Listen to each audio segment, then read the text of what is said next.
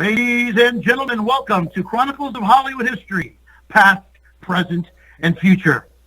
Welcome. And here now, Corey Gomez.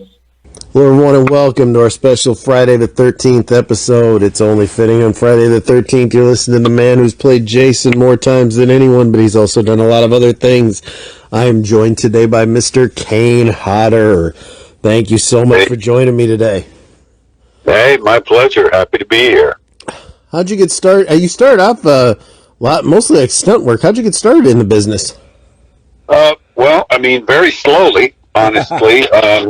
If you don't have a family member that's previously had a career in the stunt business, it's very, very difficult to break into it.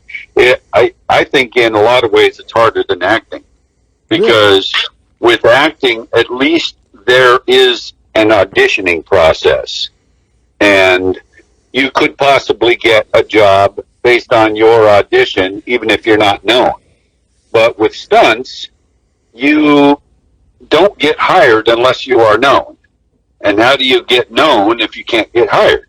Mm-hmm. So it's a very, very long process.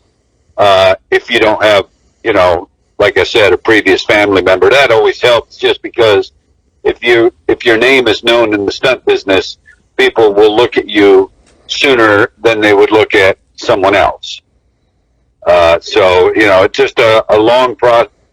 Eventually, I started working more and more, and finally could make a living, and then it just continued.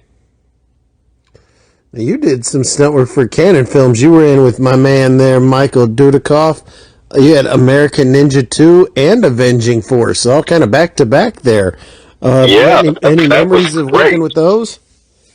Yeah, it was amazing. First of all, I loved working with Dudikoff. I loved doing fight scenes with him because he was very professional, very good at doing that kind of stuff, which is, is not always the case with actors. They think they're good sometimes, and they're really not. And, you can suffer the consequences because of that. But Dudikoff was really very professional, very good guy, and I spent a couple months with him in New Orleans for Avenging Force, and then shortly after that went to South Africa for American Ninja 2. So that was quite the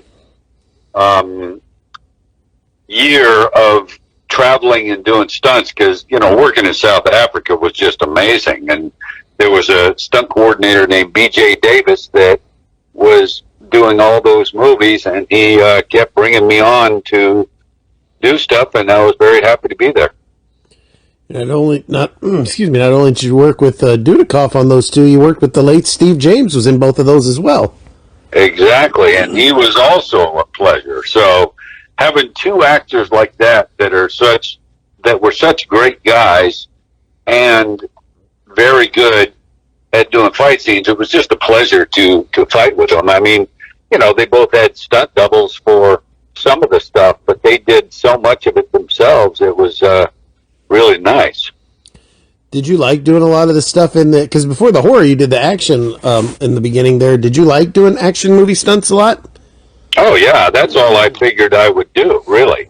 That's all I ever set out to do, was have a career doing stunts. That's all I had hoped for. All the horror stuff that came along as a result of that was just bonus for me. I just wanted to be a working stunt person, and never thought I would ever sign an autograph, certainly. Well, before I get to the horror, I want to ask a little bit about some others. You did some stunt work with Philip and Simon Rhee in Best of the Best, another classic martial arts film. Yeah, actually, I did all of the Best of the Best movies. I like them all. Well, part one is my least favorite, believe it or not, but 2, 3, and 4 are great films.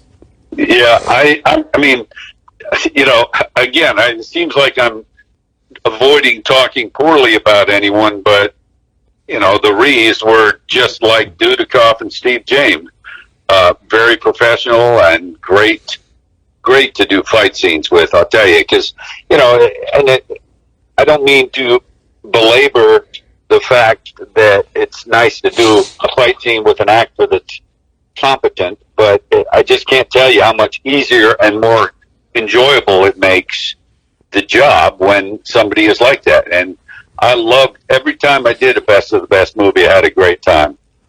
Now, your opinion, I think 2 is the best of the series. What do you think's the best of the 4? I'd probably go along with 2 also. But I really liked 1. I know, a lot of people didn't, but I did just because it was, the starting of the whole franchise. And I always am partial to something that starts a franchise because it had to be pretty good if they did sequels, so I do like that one too. I like, like I told when I interviewed both Philip and Simon, but I was like, 1 was that's a feel-good sports movie, but then we had the Arena of Death with Ralph Mollet, and it was like, you're not topping that, because and Wayne Newton, come on, it doesn't get any better. Yeah, I know. That is true. Yeah. Now, the audience, I don't even want to say this is split, it's pretty one-sided. What was it like working with Steven Seagal in Out for Justice? Well, I did Out for Justice, Under Siege, and it wasn't as easy. Let's just say that. It wasn't as easy as working with somebody like Philip and Simon and, other martial arts guys. I fought with Chuck Norris on Lone Wolf McQuaid and on Walker. Fought with a lot of other martial artists, and sometimes it's easy, sometimes it's not, and it wasn't necessarily easy in those movies. Another one I want to mention. You're how big are you? You're a big guy. You're what, about 6'3"? Something like that, close to it, yeah. What, about 250, 260? No, I'm only like 230. Did you feel like a child in Double Trouble next to the Barbarian Brothers? Those guys I met them. They're massive. Yeah, I know. And they're funny as hell, too, by the way. There's been other times that I felt like a child, and even more so than the Barbarians was when I did a movie in Australia called Charlie's Farm. And I had to do a fight scene with Nathan Jones. Oh, my God. And now the Barbarians are pretty big, but nothing like Nathan. No. Yeah. He's a monster, Nathan, too. He's like 6'11", 6'10", 6'11", and, close to 400 pounds. That's just ridiculous. And when somebody like that kicks you in the chest in a barn and tries to knock you through a wall, and actually does, then you've been hit, because that's a size 17 boot hitting you in the chest. Jesus. With 400 pounds of pressure behind it. Plus, he's a wrestler, so wrestlers always make more contact in a fight scene than often than you expect, but I did expect it, which was fine. He was also great to fight with, but it was just hard because he's so fucking huge. Oh, sorry. You can cuss all you want. Okay. You were the Metal Beast in Project Metal Beast as well. I mentioned that because it just finally got a proper collector release. I was watching it the other day. Oh, really? Yeah. I didn't even know it did. Yeah. Well, I don't think it hits public streets for another 2 weeks. I got a review copy early, so. Oh, that's good. Yeah, that was interesting. One of my early go-rounds with some kind of makeup on, so. I think that was like 95 or so. Yeah, it was shortly after, I think, the last Boy Scout, or right in that time frame. Right. No, right. It was after Demolition Man. And I had 95, you were correct. I had to look it up there. Demolition Man is another great one you did stunt work in. Yeah, that was a lot of fun. I just did driving stuff in Demolition Man, just car stunts. How was Wesley Snipes to you? Didn't really deal with him too much. Oh, I hear that a lot. He must keep to himself. And possibly. I mean, but I never, if I don't, personally have interaction with somebody and I hear that they're standoffish or whatever, I never believe that unless I've witnessed it. Because, there's a lot of people that get serious about a character, so they do different things that other people may think are unnecessary, but, it's their process. So I never had any reason to, dislike him or anything, but I just didn't do too much with him. And I used to, I never understood that till I was talking to somebody who does some stunt work in the Marvel films. And she's like, "Oh, I do all this stunt work for Scarlett Johansson. I do this for Scarlett Johansson." I was like, "How is Scarlett Johansson?" Never in my life have I met her after 3 films. We're always different takes. So I was like, "Oh, okay, now I get it." Really? Yeah. I guess, everything on those movies is green screened. So. Yeah, but still, that's surprising. I would think that an actor would want to at least meet the person who's possibly making them look good or bad, Yeah. depending on how they view it. That surprises me. Now, the one thing I got to know before I bring up Friday the 13th is a show that I am fascinated with. A company I'm fascinated with is PM Entertainment. And they had the greatest idea ever for a TV show where they had this $50 budget show and used all the explosions and scenes from their movies. Show looked like a $10 million production. I'm talking about LA Heat with Stephen Williams, one of the coolest dudes I've ever talked to, Wolf Larson, who I can't find. Now, what was the stunt work like on that? Because I've heard that those shows were filmed really fast. All I can remember from working on that was that it felt low budget, which is no problem. I mean, as long as it's done safely, I don't mind low budget. It doesn't always have to be huge budget things to enjoy. But I think I only worked on that 1 or 2 days, and I did very little, so I didn't have too much experience on that set. One of the greatest shows ever. That's going down in history for me as one of the greatest ever. Another one show you were on that I think should have gotten, at the very least, another year. You got to be an episode of Briscoe County Jr. Oh yes, and Bruce is a good friend of mine from appearances and autograph shows and stuff, and it was fun working with him. He is should really be a comedian because he's so funny on the set. He's so clever and interesting to talk to he's a very intelligent guy. So it's a pleasure to anytime I work with him or do anything with him on the convention circuit. And in fact, on let me see here, my Twitter page, there's a picture of myself and Bruce and Robert Englund, and a guy in a Michael Myers costume. But Bruce is a very talented guy, and he's a riot to work with. I hope to interview him one day because I don't want to ask him about the Evil Dead. I want to ask him about Briscoe County Jr.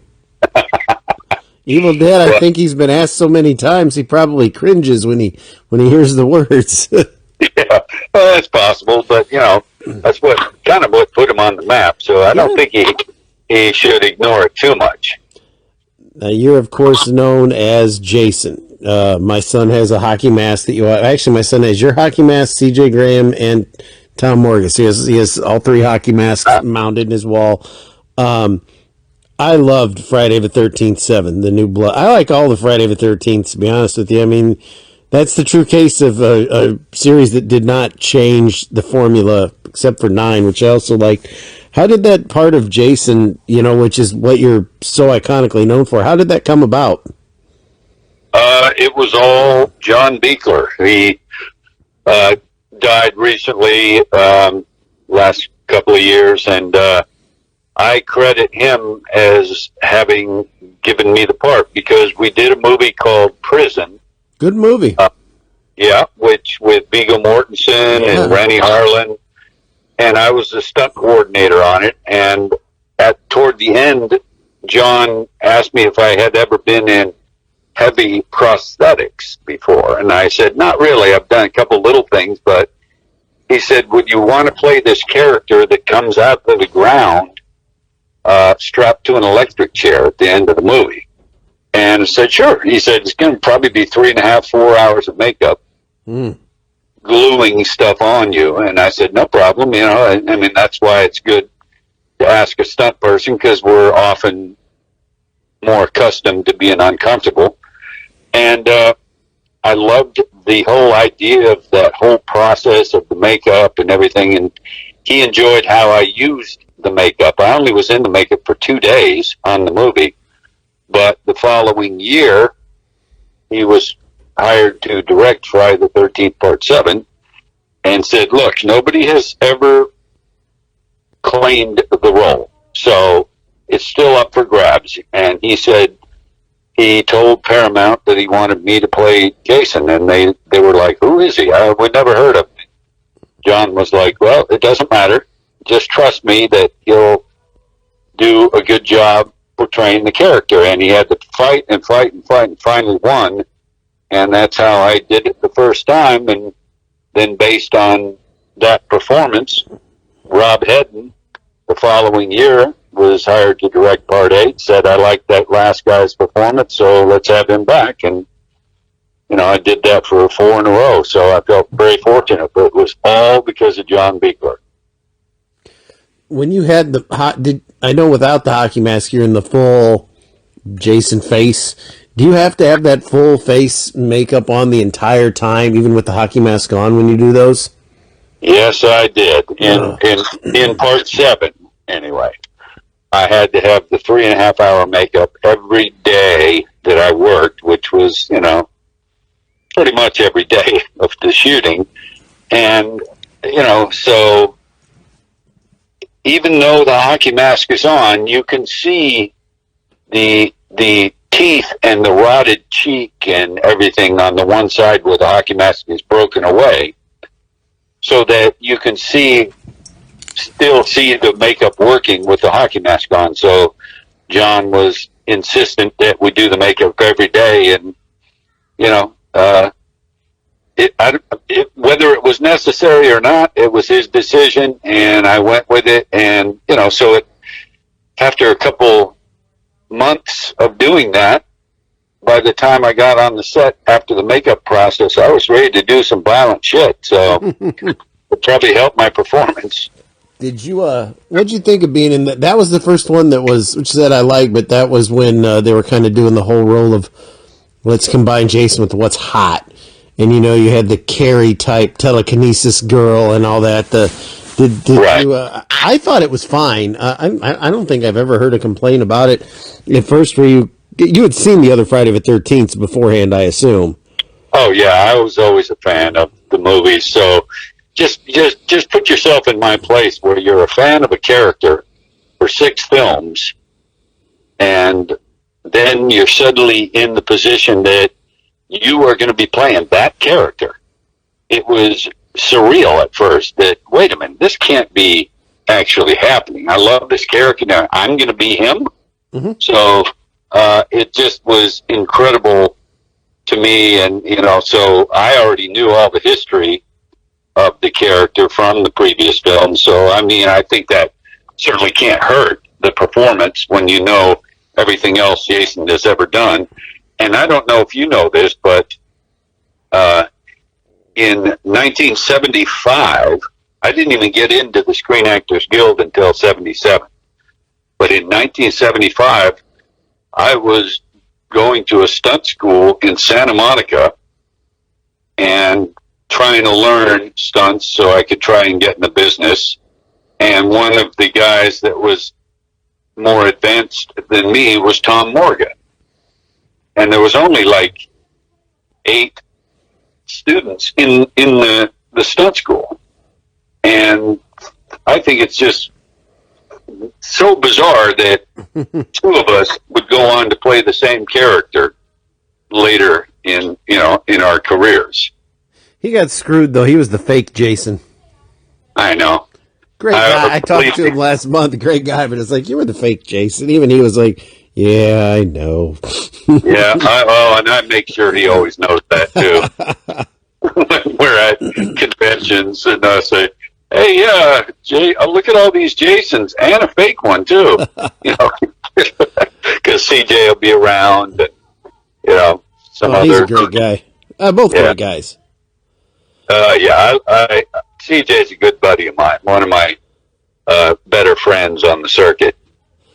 A movie you did I really liked after Friday the 13th, or probably right around the same time, that was, cult classic now, and it was really beloved when it came out. It just didn't hit theatrically. Do you have any memories of Waxwork? Not too much. Another one that I didn't work too much on, and didn't really do anything of any significance.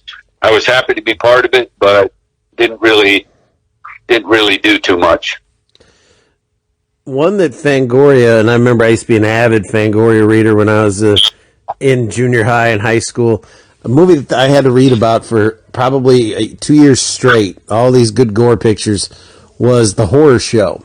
Lance Henriksen, who his comment on that movie was, but called House 3 overseas. Right. You did did you know you were doing The Horror Show, or did you think you were doing the Third House movie?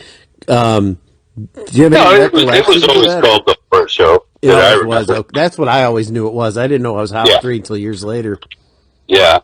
And, I've become pretty close with Lance, too. Good guy. Since that movie, yeah. Great actor and done some huge movies. And I actually stunt doubled Brian James in that movie. Brian James always said that was his favorite film. Oh, is that right? Ah, that's great.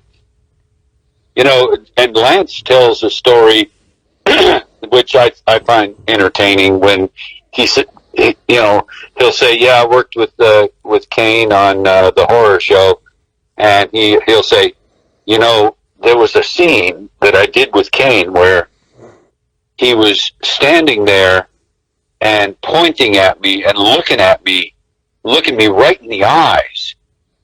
And people are like, "Yeah, so why is that such a big deal?" And Lance goes, "Well, Kane was on fire at the time," which is when Brian catches on fire in the electric chair. That's me that stands up and I'm yelling at him, pointing at him while I'm on fire. And Lance was just amazed that I could have the presence of mind to still act and mimic my actor that while I was on fire. So I thought that's pretty clever.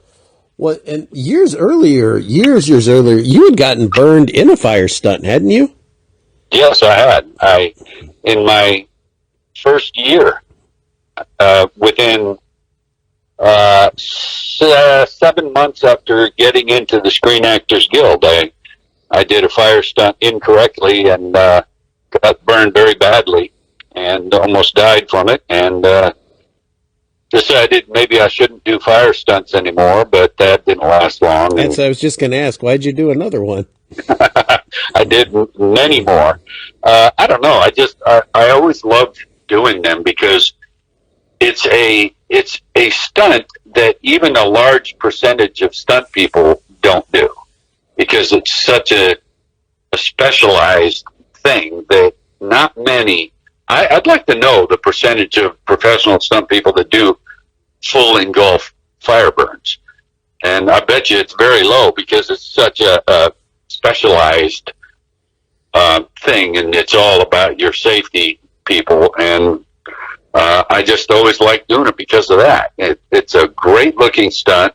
Not many people do it, and it also pays very well, but that's not really the reason we do stuff. But it's nice if it's something you enjoy doing and it pays very well. So when you did Jason Takes Manhattan, I love Jason Takes Manhattan. The only thing I've always to this day said, he took that boat a hell of a lot longer than he took Canada or Manhattan, but And Canada. and Canada. Even when you think he's in New York, he's in Vancouver. My thing was, it was like, Jason's finally in Manhattan. It was like, Jason was on the boat for like an hour, but it's still a great film. But the only thing I thought about that was a little weird. I don't know what your take was, that the apparently in New York, they flush nuclear waste in the sewer system every evening, and that's what ate Jason alive, yet he still somehow managed to float all the way back to Crystal Lake. Did you think that was kind of a weird ending, or was that just me? Well, of course it was.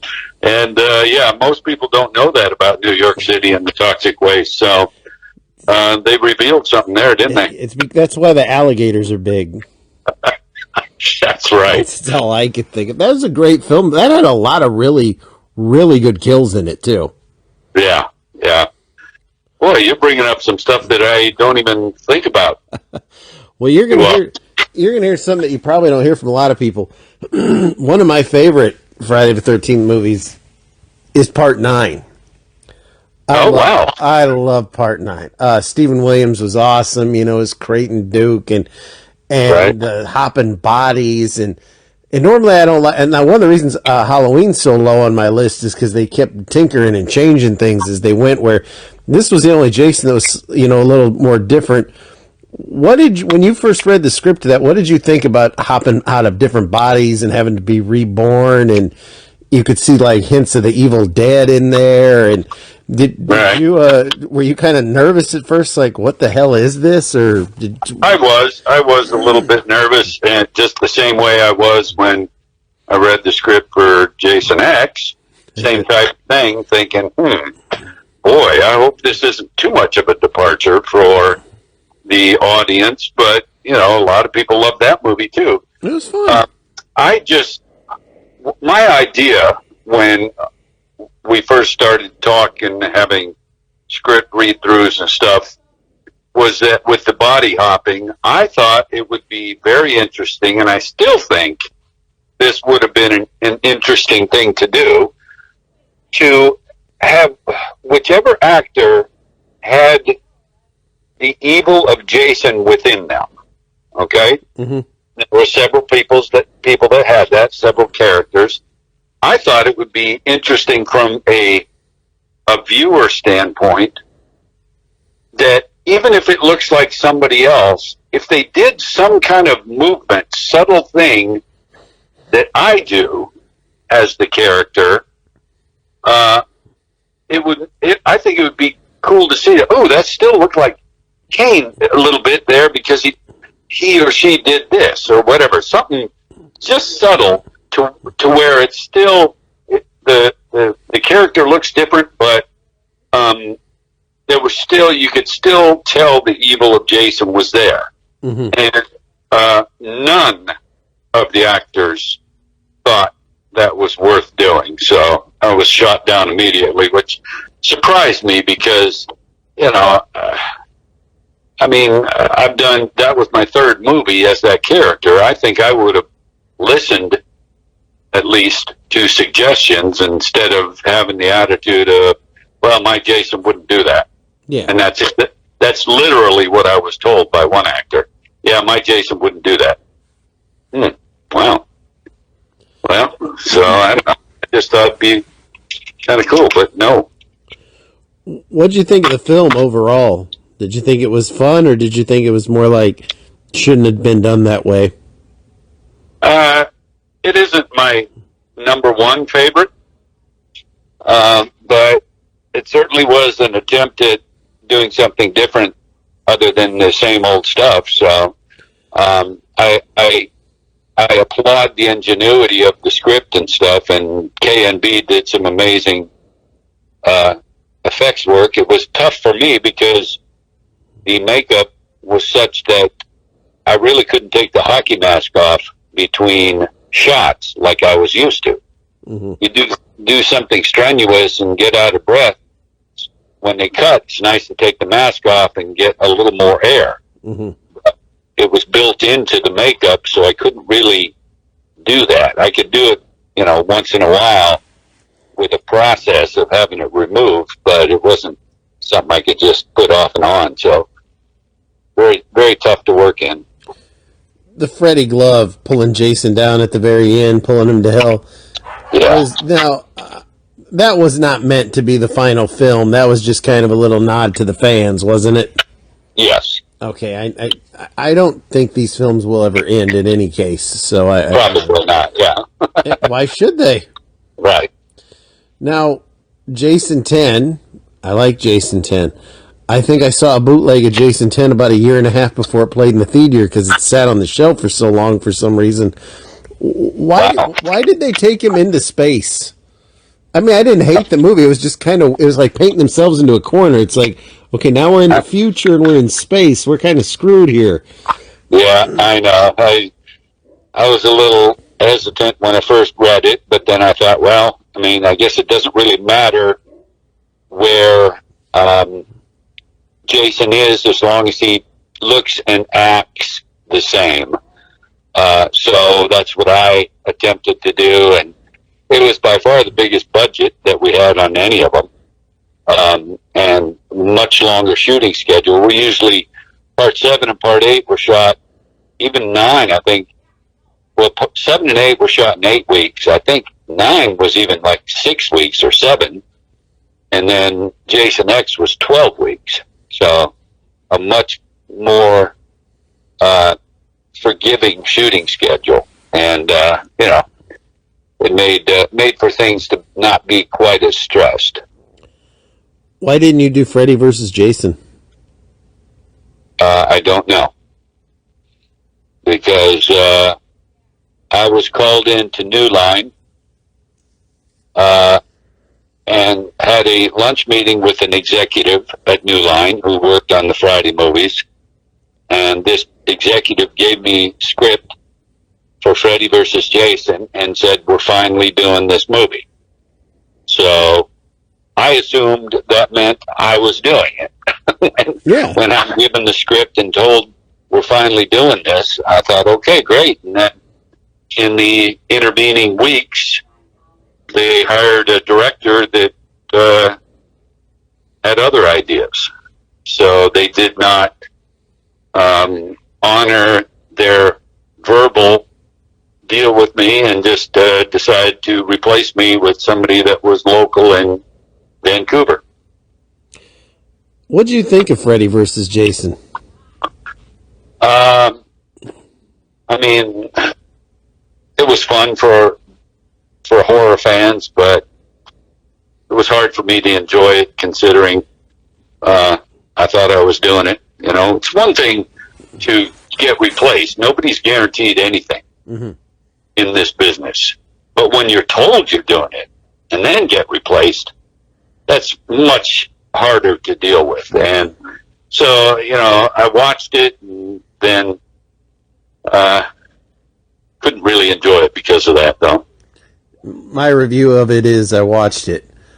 I personally, I liked the remake. I like Jared Padalecki. I thought it was cool to see the guy from Supernatural in a remake. I don't know why Jason had a realm of tunnels he dug under the camp, but why do you think they remade it as opposed to just making another one? Yeah, I don't know. That's the only Friday movie I've never seen. Oh, really? It's not a bad film. Yeah, I just when I saw the previews and heard the storyline and stuff, and said, "Wait, he's building traps and tunnels," and I'm like, "That's not Jason to me. That's some survivalist out in the woods." Yeah, and it was odd. It was too different from me, and so I never cared to see it, and probably never will. What was it like doing Rob Zombie's best film today, The Devil's Rejects? That was amazing because I've always been a fan of Rob and his music. Same here. And, also House of a Thousand Corpses and getting to know Sid Haig and Mosley and even Sherry on the circuit. and then being able to do that movie with Rob was nothing but fun. And I'm not sure why I never did another one with him after that. Somehow, I assume I did something that wasn't looked on highly somehow. Oh, I'm sure you'll be in another one. I don't know. I mean, he's done, how many movies since that? And I wasn't involved because I was a stunt coordinator on Devil's Rejects. I found a stunt double for Sherry, who is still working with her to this day. And Sherry is not easy to find a stunt double for because she's tall and thin. And there's not that many tall and thin stunt people with that kind of build. So, and I had a stunt double for Mosley that, as Otis, was so identical that I had a producer, while we were on the set, walked over and started talking to my stunt double and talked to him for 2 or 3 minutes before he realized it wasn't Bill. So that's a pretty good stunt double. So, I'm not sure what happened there. I got along great with Rob, I thought, but I don't know. I think, and I get a lot of grief for this, because I like, with the exception of like 3 films, I've liked everything he's done. I think that guy's got a better eye for film and horror than anybody out there right now. The way he can frame things, the way he can blend the most eclectic types of music in there. I don't know. I just think it's like poetry, so to speak. Yeah, I agree. It was, and he's a very prepared director. And it was a pleasure to go to the set every day when somebody is like that. Because often directors kind of fly by the seat of their pants and do something at the moment. And with Rob, he just always seems like he knows exactly what he wants and tends to get it fairly quickly. How was Hatchet? You've done quite a few of those now. I love the first Hatchet. But not the next ones? I like 3. I didn't like 2. I'm sorry, I'm not gonna lie to you. I didn't like 2. I don't know. I liked the first one a lot. I don't know what it was. It didn't have the fact to do that he had some of the older horror guys in there. I just thought it was a really, I hate using the word fun, in a movie where you're like murdering people, but I just thought that first one was just a good, fun film. Oh, and it was expertly blended with comedy and horror. And there were hilarious moments, but it didn't take away from the terrifying moments because of the way the film was constructed. I think that's the best thing Adam Green does is, writes funny and horror in the same film, and it's so difficult to do because one of them is usually compromised. But I love the first one too. That's my favorite. And, but then getting a friend of mine in the fourth one, in Victor Crowley, was fun too, because Brian Quinn always wanted to be killed by me in a film, so we made that happen. And he's one of the impractical jokers, so I was a fan of theirs before I ever met Q. And it's funny because I just did their dinner party episode of the dinner party for Halloween. Mm-hmm. And he talked about, and I don't know if they showed it or not, but that he used to have the Jason Takes Manhattan poster of me standing in Times Square, which was the size of your door. Okay. And he had it on his bedroom door when he was younger. And I think it's just very cool to see him as a kid. And in the background is me on his door. So I had to kill him, and I did their movie with them too. I was a stunt coordinator on that. I know it was a small part you had, but a movie that I thought should have had a sequel 14 years ago. It should have 6 sequels by now. Behind the Mask, The Rise of Leslie Vernon. Yes. That was the most well-written thing I have seen in so long. To this day, I mean, so clever, so good, and they never did more of them. I can't figure that out. Why? Yeah, I'm surprised as well because it really was a good movie. I didn't do too much in it, but it was really well done, though. Watching a killer train to say he has to have his cardio up because he's got to walk while you run and still catch you. I mean, that's just, it's genius. I mean, it was just, and then I know they talked about doing another one, and they made like posters you could buy and everything, but nothing ever really came about that, and it was a shame. That's one horror film. There's a lot of horror movies that deserve sequels, but that's one that really is high on my list that I hope we get to see another one of. I know it would be great, and I'd love to have a larger part in it. Scott Wilson was in that. I worked with him on Charlize Theron Monster. Good movie. Scott was in that. I was the stunt coordinator on that. Played the cop that arrested Charlize at the end of the movie, and which was the cool thing was that we shot that scene in the actual bar that Eileen Wuornos was arrested in. The exact same location.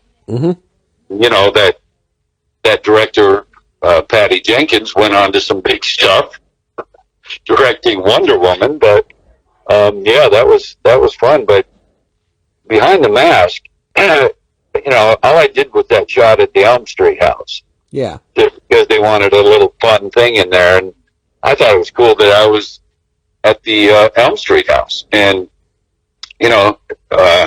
Scott says, "Okay, just give us a dirty look, and then walk up to the front door."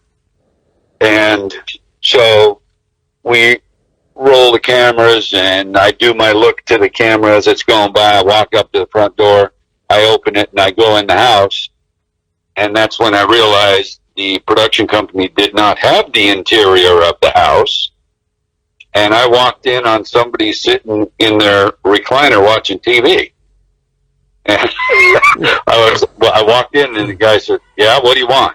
I said, "Oh, shit. Nobody told me not to go in." So it's kind of a funny story, considering I only worked on the movie that one day. I mean, tell me a little bit about Death House, which was supposed to be, as they called it, the Expendables of horror. You're finally going to get all the horror people in Death House. Yeah. I mean, I really enjoyed doing that movie, and I really like it. I think it's well done. It does have a pretty amazing cast if you look at it. Oh yeah, it's got a hell of a cast. And the where we shot it was an amazing location. I can't believe hasn't been exploited more.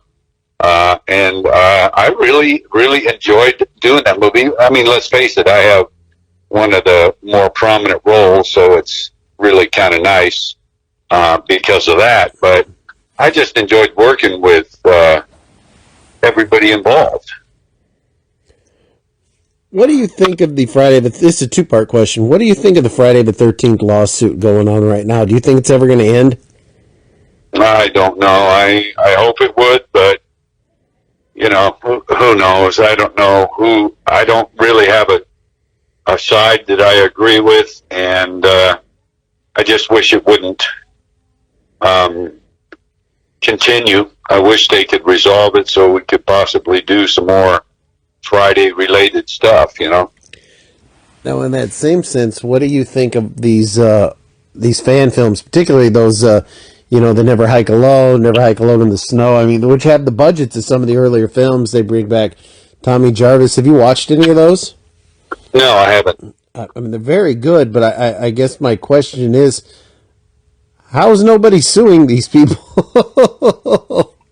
I guess because they say they're not making any money. It's a fan film and whatever. But yeah, I mean, it does seem to be a little bit sketchy. I mean, I would highly recommend watching Never Hike. I mean, it's a fantastic film, and there's some serious money these guys put behind it. I mean, it's something to keep the fans going, I guess, while this continues to drag on. Right. Yeah. Why have you never played Michael Myers? Never asked or never wanted to? Oh, you can't say I never wanted to. I've always loved that character. I've always wanted to. Just was never, in the position of doing so. I mean, I always enjoyed that character before I started playing Jason as much as Jason. I think they're both, somewhat similar, but an amazing character to play. Always wanted to, and I did play Michael in an Adam Green short called Driving Lessons, if you want to look that up somewhere. Yep. I remember that. Yeah.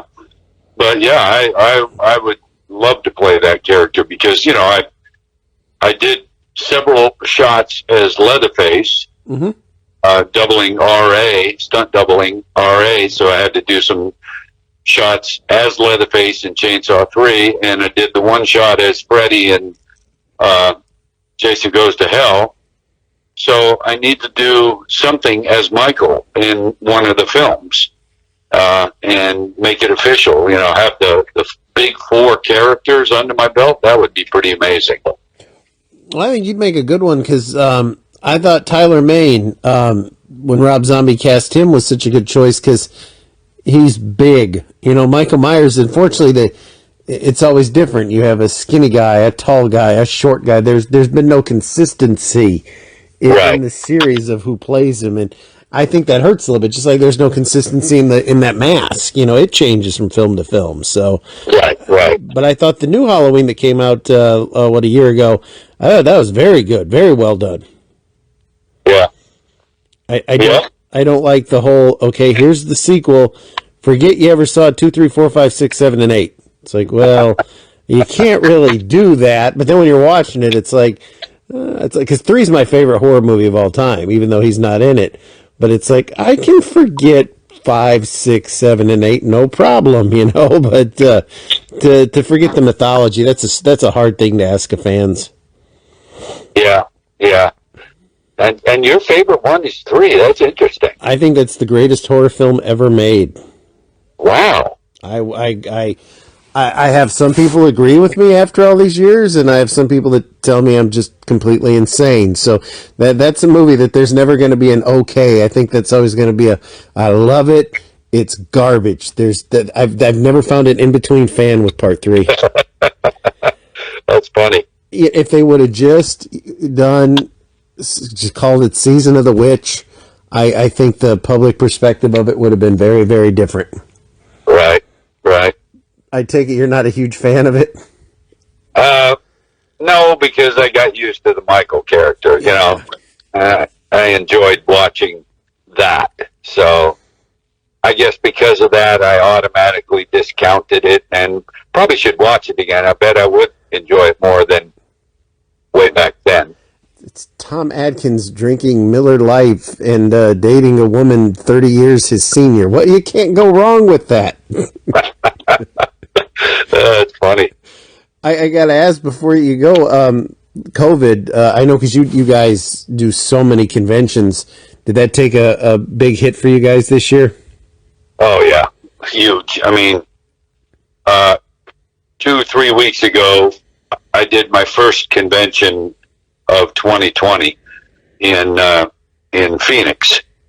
And I looked at my schedule from last year, and to that same weekend last year, I had done, I believe, 18 of them. Jeez. Yeah, so huge difference. And, I miss doing them. And it's not just about the money, because you can tell as a fan what actors are there because they're getting paid well. And you can tell what actors are there because they enjoy the fans. And I miss the interaction with the fans, I really do. Horror fans are respectful. Like Kelly Maroney said, I never thought of it that way. There's not comedy conventions. There's not drama conventions. There's horror conventions. Exactly. Yeah, that's a good point. I purchased stuff off you for my son from Zobe, but hopefully when this clears up, now he's 11, so now he wants to go to Texas Frightmare. He wants to go to Days of the Dead, the one in Florida. I can't think of the name of it. He wants to start Spooky going to Empire. those. Spooky Empire, thank you. So I'm Yeah. sure within the next 2 years we'll run into you many times. Oh, that'd be great. I mean, I just, and everybody knows I want to choke your ass. I told him, I said, hey, I'm talking to Jason. You want to talk to him? I'm playing Call of Duty. I got 17 kill streak going. It's like, well, you got to have your priorities right. He's like, I have his mask. And I was like, yes, you do have his mask. He's like, does he still sell the machetes? I was like, I'm not hanging a machete on an 11-year-old's wall. Just ask me when you're 12. Maybe you'll get a different answer. That's funny. Well, very good talking to you. I appreciate the time, and I appreciate hopefully I will see you guys at a convention soon. For all the people out there, if they want to find you online, where could they find you? Let's see. What's the easiest? I mean, I'm trying to think of who really keeps my schedule up to date. You can always check at Convention All Stars. Wait, no, not Convention All Stars. Strike that. Don't put that in, okay? I won't. They don't like me anyway. I keep emailing them to get an interview with Jane Badler, and I think they're sick of getting my email every other week. Yeah, I mean, you can find out a lot at judyfoxptm.com. She's my manager, and I do, I work with Erin Gray and her company, and I worked with different companies for appearances, but just check the horror conventions and, see if I'm around. It would be great to see everybody. We can do that, and I want to thank you so much. I want everyone to have a happy Friday the 13th. Thank you again. Thank you again for doing this. This was a lot of fun for me. No problem, Corey. I appreciate it. Thank you for your time, ladies and gentlemen. You have been listening to the Chronicles of Hollywood History. Thank you from Gomez Richmond Productions.